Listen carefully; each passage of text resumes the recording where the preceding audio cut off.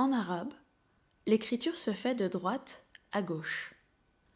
Chaque lettre possède deux formes en fonction de sa place dans le mot. Prenons par exemple la lettre N, qui s'écrit ainsi. Ceci est la forme isolée de la lettre N. Elle est généralement la mieux connue des élèves. Pourtant, c'est celle qui nous intéresse le moins. Nous allons nous concentrer sur sa forme dite attachée. Il s'agit d'un demi-tiret surmonté d'un point.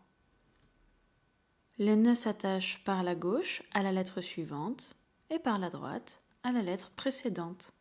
Admettons qu'un terme contienne 3 fois la lettre N. Il s'écrirait ainsi.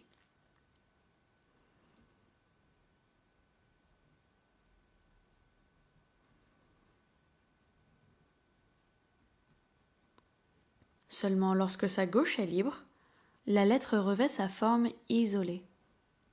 Voilà donc le N en fin de mot. En suivant le même principe, voyons à présent la lettre L. En forme attachée, il s'agit d'un tiret.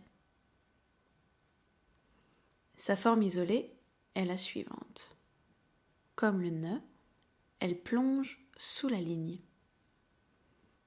Admettons maintenant qu'un mot soit composé de 3 L, il s'écrirait comme ceci.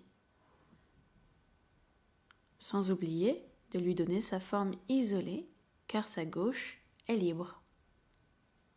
Il existe en arabe plusieurs lettres qui ne s'attachent jamais à gauche. Nous allons aujourd'hui voir le A et le OU.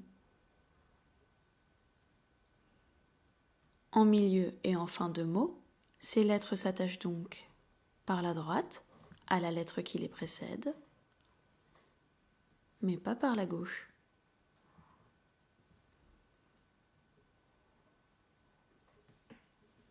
Enfin, terminons sur une lettre que l'on qualifie de calligraphique. Il s'agit de la lettre H. Le H est calligraphique car il s'écrit de 3 manières différentes selon sa place dans le mot. Lorsqu'il est précédé d'une lettre qui ne s'attache pas à gauche, il revêt également une 4e forme. Notez que le H, en français, n'a pas d'équivalent. Il s'agit d'une sonorité nouvelle. Pour le prononcer correctement, votre poitrine doit vibrer. En plus de ce tableau récapitulatif mis à votre disposition dans la méthode, Kalam vous propose une vidéo par lettre pour vous aider au tracé et à la prononciation.